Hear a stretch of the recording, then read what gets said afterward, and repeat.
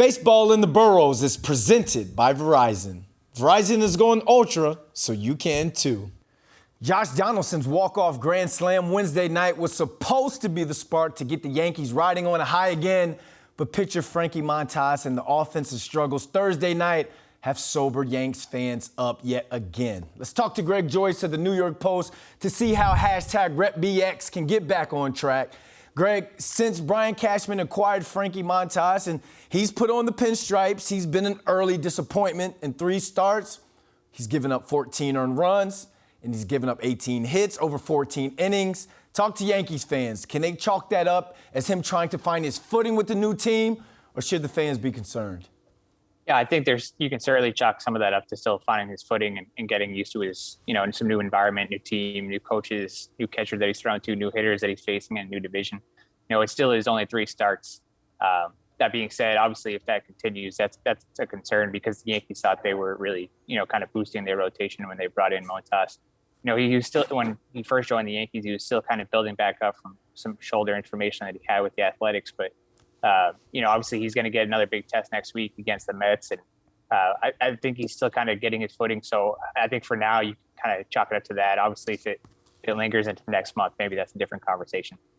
Yeah, manager Aaron Boone said that whatever is going wrong, we've got to start getting results, obviously. All right, Aaron Hicks. He's also been struggling as of late, and the team has called up Estevan Florial. So what does this mean for Hicks's future in the lineup?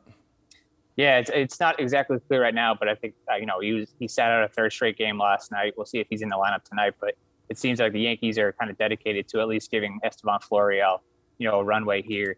He hasn't gotten a ton of, extended shots to prove what he can do in the majors yet, but this seems to be his best shot now with Hicks struggling.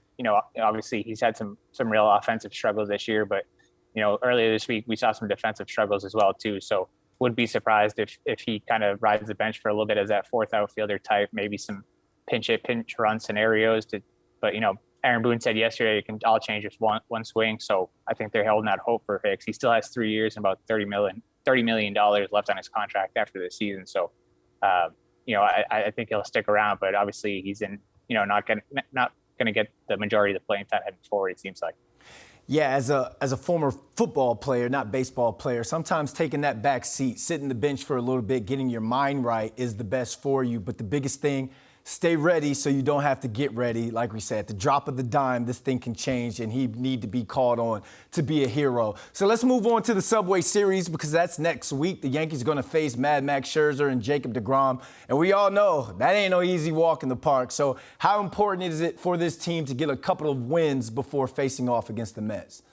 Yeah, I think it's important, especially just because right now they're still facing a division opponent in the Blue Jays.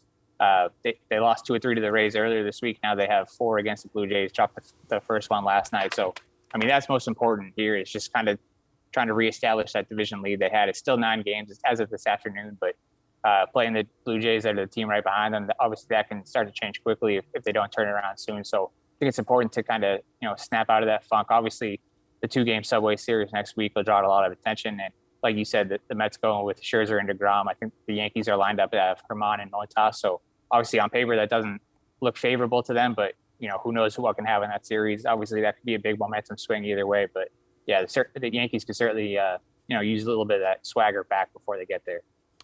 All right, they need that swagger before they take on the Mets. But of course, we can't end on a bad note here. It's Friday. I want everybody feeling good. Oswaldo Cabrera got his first major league hit last night. So welcome to the show, kiddo.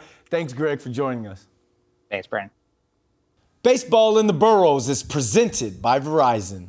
Verizon is going ultra, so you can too.